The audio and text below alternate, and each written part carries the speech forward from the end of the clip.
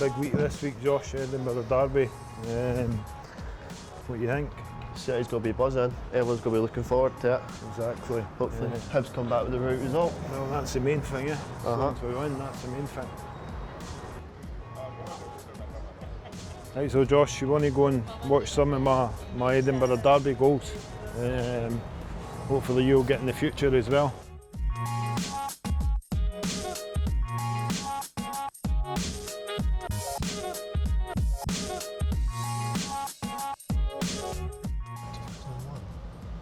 Yeah, that's when I made my first derby. Look at the pitch. No good quality. They get pitches like that these days. I think John O'Neill scores here. Ball forward, De La Cruz is there. It's blocked. Townsley sees it spin away from him. John O'Neill! The captain does it for Hibs. Right on. And this is Oh, scrappy that. Look at the Hibs fans. That's what people didn't understand about John O'Neill. You see John O'Neill, you'll not know him. He was a fantastic player, by the way. I mean, a total top player. And I think it got unnoticed how good he was. 90th minute. 90th minute, eh? Obviously I played in derby games, but no first team derby games. But I got the nod, and obviously it's at Tynecastle as well, so it's quite a tough one, you know. Nerve-wracking. It's a wee bit nerve-wracking, but once you get on the pitch for the first 5 minutes, you just kind of chill out a bit and you get into your groove. And I was always quite a big guy and quite muscly, so you know, I was playing against Presley and Webster, I think it was, and they were big guys, big giants. So you know, it didn't fear me in a way, but you know, it was kind of, always knew I had a good team behind me. I had like ex-pros which were always giving me handles, shoulders, and saying. They're always saying positive stuff with us, and obviously scoring in the 90 minute must have helped, you know, to come away your first derby and not getting beat. That was the main thing. Sends the punters home happy, I suppose, eh? Definitely, aye. Oops, it's a corner for Hibs.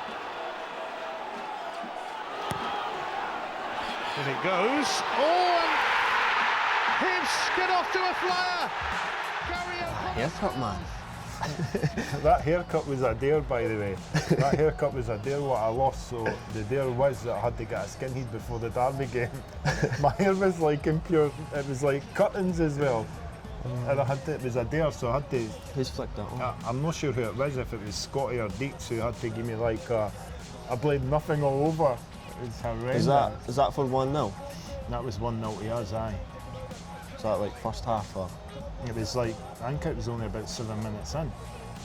Scoring your first derby goal, it's just for your boyhood club, you know, especially against Hearts.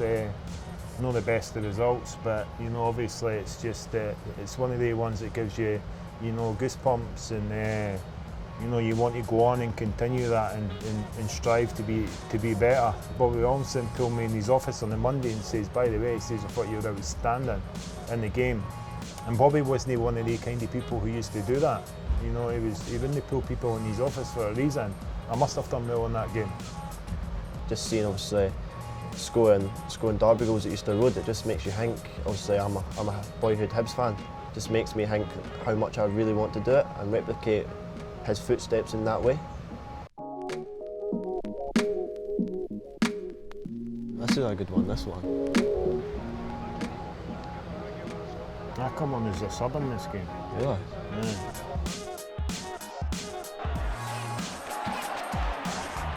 Good work from Stephen Dobby, the sub. Plays it in front of Garry O'Connor. O'Connor has shot. Keeper's got to do better there.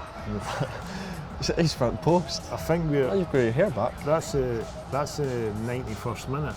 And Hearts had a very strong team there. I think they went something like 8 or 9 games unbeaten, if I can remember right. That's probably one of my, you know, all-time goals up there for Hibs. Last minute winner against Hearts. Last minute winner. The thing what made it was Bredner being sent off in the first half. Makes so it you harder. know, it makes it a lot harder for you.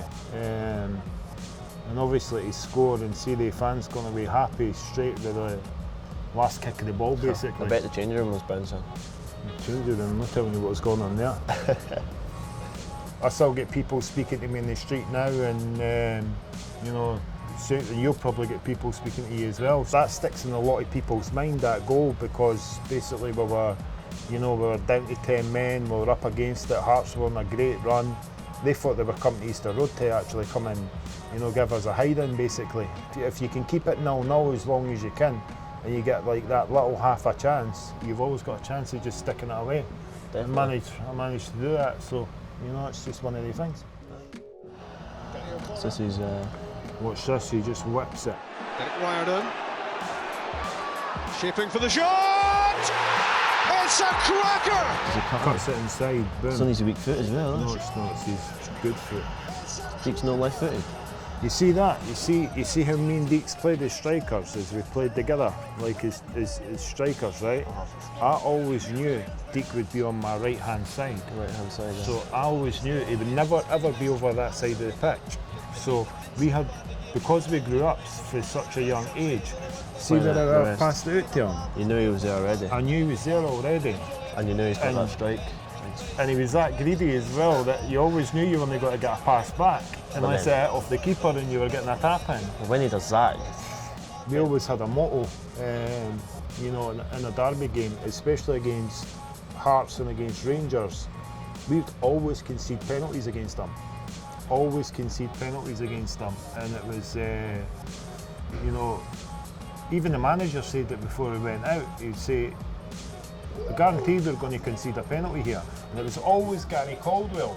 Gary Caldwell always used to give penalties away, man. He used to just dive in all the time.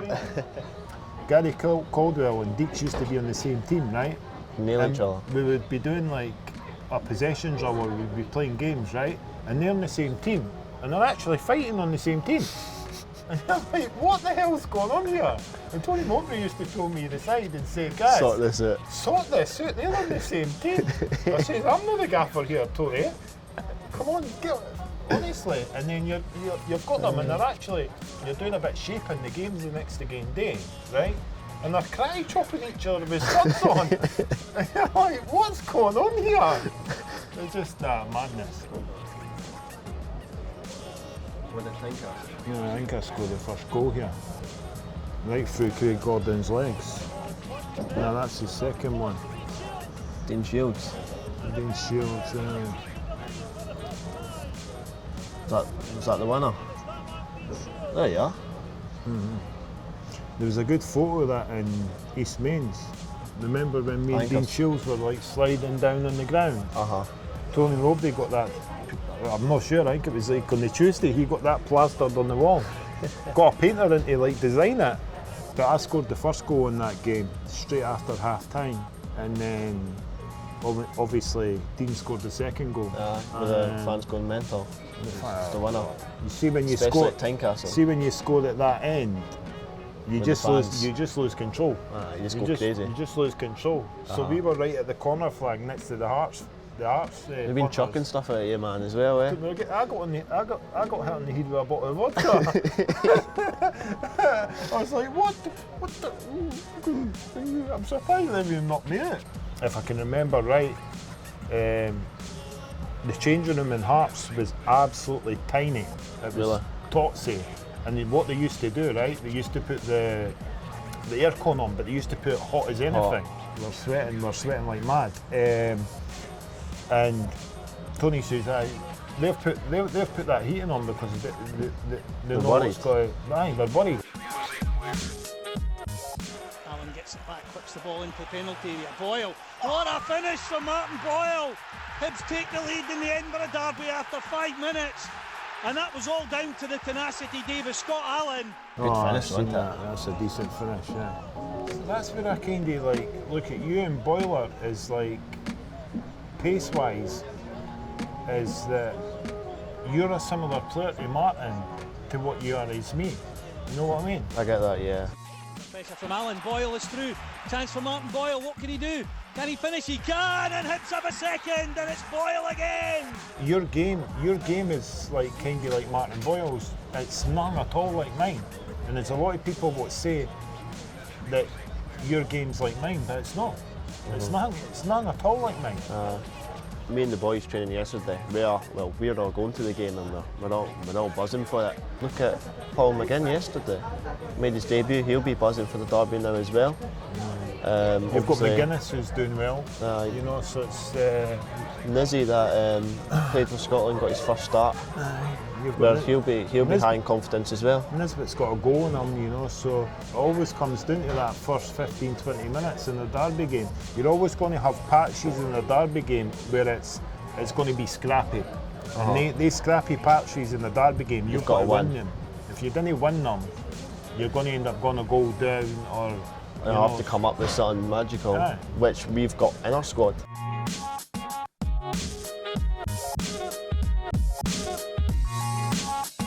Buzzing now after seeing all your favourite memories of the Edinburgh Derby.